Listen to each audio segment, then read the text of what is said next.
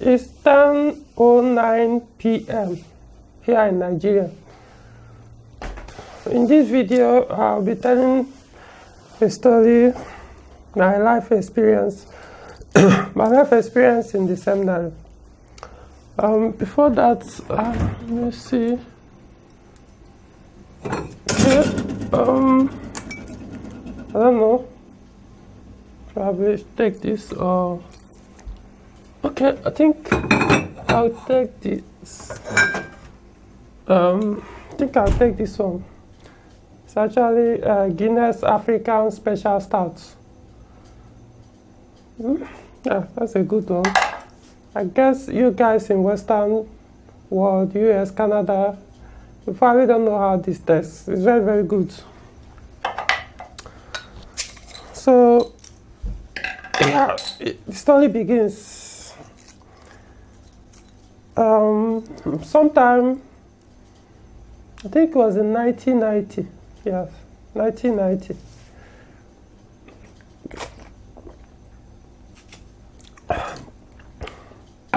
My parents, I mean my father and my mother, so they came home one evening. They came back home.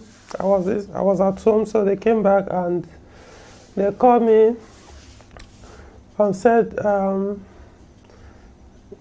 both of them will want me to attend seminary school or to enroll in Seminary Institution. In other words, they will want me to be a priest. Of course, to be a priest, you have to go to seminary, go to this training, study Catholicism, study Bible, study everything. This takes about, I think, to be a priest, you have to spend about 16, 17 years in Seminary Institution. So, that was in like I said, it was in 1990. I think I was in primary 6 at that time, about to finish primary 6. And I was excited.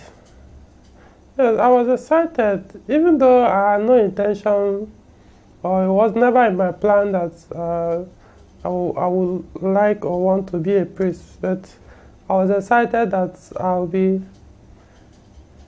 going into a private school.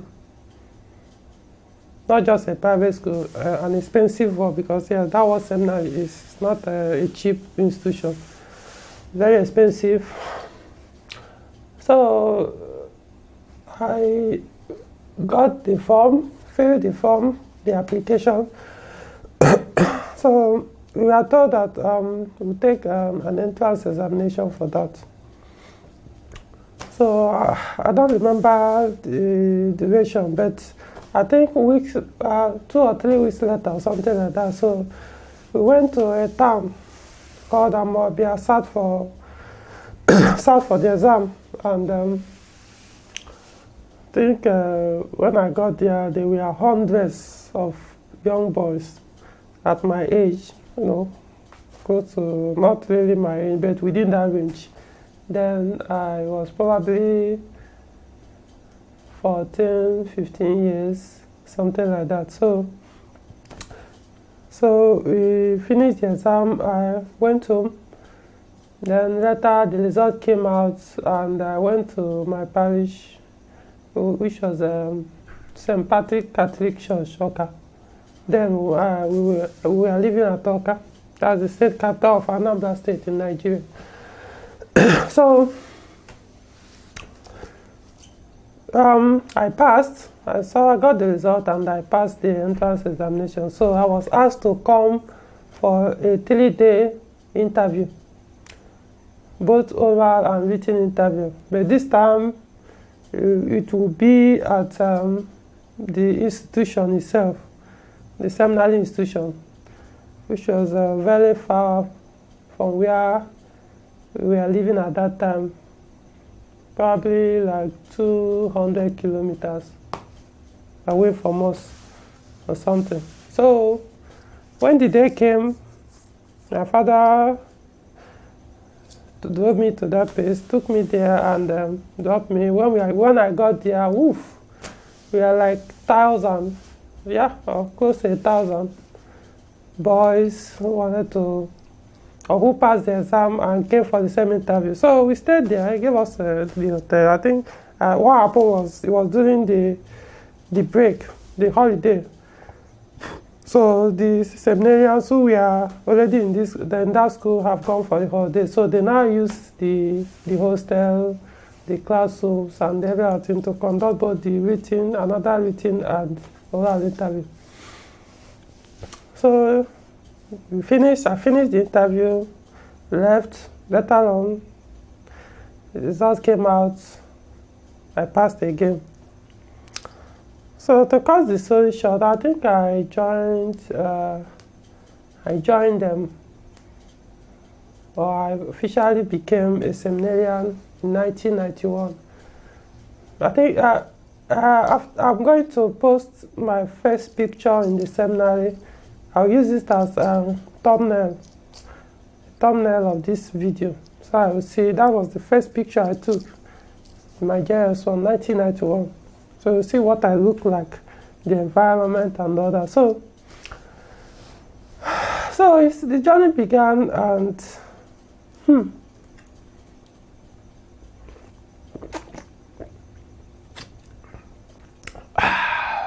that's a good drink.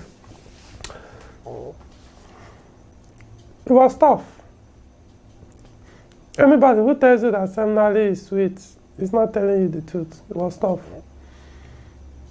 Because it was a big time training. It's not just for the academics. It was big time training. How to be a priest, not just how to be a priest. As in serious restrictions, disciplinary. I mean, so many things. People were being sent home basically every month. Once you break any rules and regulation of the school, depending on the degree of the rules that you've broken, you'll be expelled from the institution. You are sent home. So I did my first 3 years at St. Dominic Xavier Seminary, Awka, which is in Anambra State. So I graduated from there, did my JS1 to JS2, so moved to St. John Bosco Seminary, Suanocha, to continue to do my SS1 to SS2. It was when I was in seminary that this voice happened. I'm going to do a different video on this voice. Yes, I was not born with it, so that's a part. So it was when I moved to the other side that it was no longer fun. Like I said, it wasn't as if my ambition was to be a priest, but I had no, I wasn't sad, sort of. I was like, okay, priest is good, and as a Catholic, I was going through training, more like a program. Yeah, it was more like a programming, where you have to be taught and imbibe everything that they are presented to you. You just have to. That you don't have any. You have no option. Otherwise, you are thrown out. I mean, it was that bad that they would tell you. I think it was in SS1 or so, 1995. The second institution I moved to, which part of the seminary, that's where they banned provision. Don't bring in anything, not even a bread, biscuit, whatever. They don't bring it. You just come in and stay. Whatever that is given to you, it's more like a monastery anyway. Monastery. I believe that's how it operates there. Whatever they presented, or cooked, that's what you eat. You don't have anything on your own. Even money, you are not even allowed to have any money. If your parents gives you money, you surrender the money to the school authority. They will keep the money for you. If you need it for whatever reason, you go to them, explain the reason why you needed that money. If they are okay with okay with the reason, they will give you part of it, or they will deny you the request until the day they are closing, probably ending a term. That's when they can give you your money. If you don't request for it, they will still hold it till you come back. I mean, there's so many things taught us how to behave. In fact, we had a subject, etiquette. It was a subject actually in one of the classes, or one of the years. You know, how to hold your cutlery, knife, fork. I was like, how can you be telling me I can't use spoon? Whatever you eat, it must be either your fork or knife. You know, just imbibing or forcing another man's culture. Forcing it onto you. You know. Well, I wouldn't say everything I learned here did not serve me. No, a lot of things served me. But it got to a point it was no longer interesting. And what made it became so was in the seminary, the rules and laws, if I would put it that way, that guides the seminary is if you fail Latin language for 3 consecutive terms, you will repeat that year. And what I mean is, if you are in SS1, you know, SS1 means senior school class 1, something like that. So if you fail first term, second term, third term, when I mean fail, I mean if you don't credit it, it's not about pass. If you don't credit it, you are going to repeat that year. Even if you credit every other subject or have A's in every other subject you've taken that year, they don't care. I think the same thing applies to English, your English language. Funny enough, all these things have nothing to do with your own tribe, who you are, where you came from, everything. Just about another man's culture, language, tradition. They are now using it as a standard. If you don't learn this or get a score they're okay with, you are a failure. Speaking of, what do I even call it? Anyway, skip that one. So it was in 1995. So it happened. I didn't pass Latin. I did not credit Latin for 3 consecutive years, and they asked me to repeat that year. You know, I mean secondary SJS. It means over there in the West. I think what you guys have there is high school. No, don't really know how it works there, but over here we call it secondary school, but there you guys call it high school. So that was when I started losing interest. I was like, no, I'm done. I don't see why you want me to stay back and do another 1 year for something I've done before, just because of this language that is even dead. It's even though I don't hate the language, but just because I did not credit it, you have to force me, humiliate me, you know, because when you attend somebody you fail, you go back and repeat the class. It's more like a way of trying to make this person feel inferior, make the person feel that he's a failure. Somehow it gets into your head. That's one of the merits of Western education, you know. It's a very bad thing. Sometimes, in fact, as it is now, I hate anything called examination. Because it's like telling somebody, for me to approve you, I have to evaluate you, I have to accept you in my own way. That's the only way we can approve or validate your intelligence.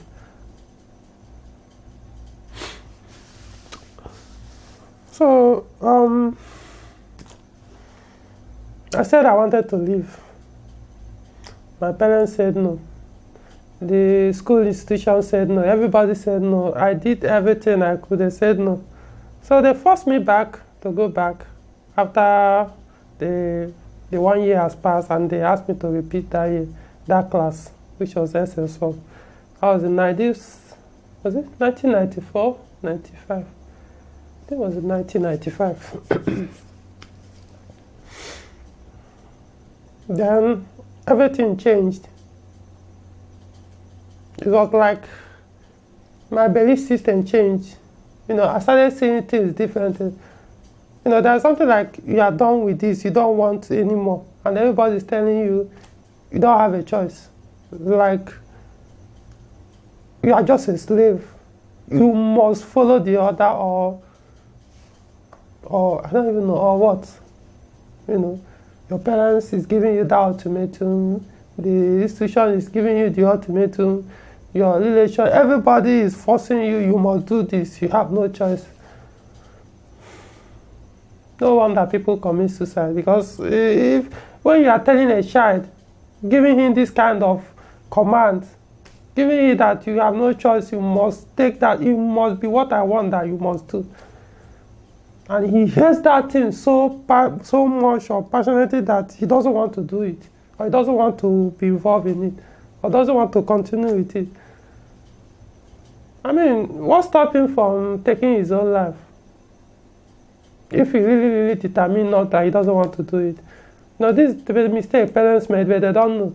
Tomorrow they start crying, how did he come to that? Why did my child commit suicide? You push that child to it because you are trying to force your own desire onto that child.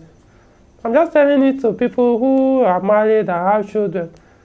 You may think you want your child to be doctor, to be reverend father, to be this, to be somebody in life. You are not him. It's a different entity. It's an individual. He has his own path. So don't think your own desire is his own desire. You've lived yours, or you are still living yours. You didn't come to join, to become who you are. It's someone else. But then, it's all beliefs as well, because you are doing it because you have a belief that you are the one that gave him this. He existed from the day you guys gave him, or he came to you. So you gave him life.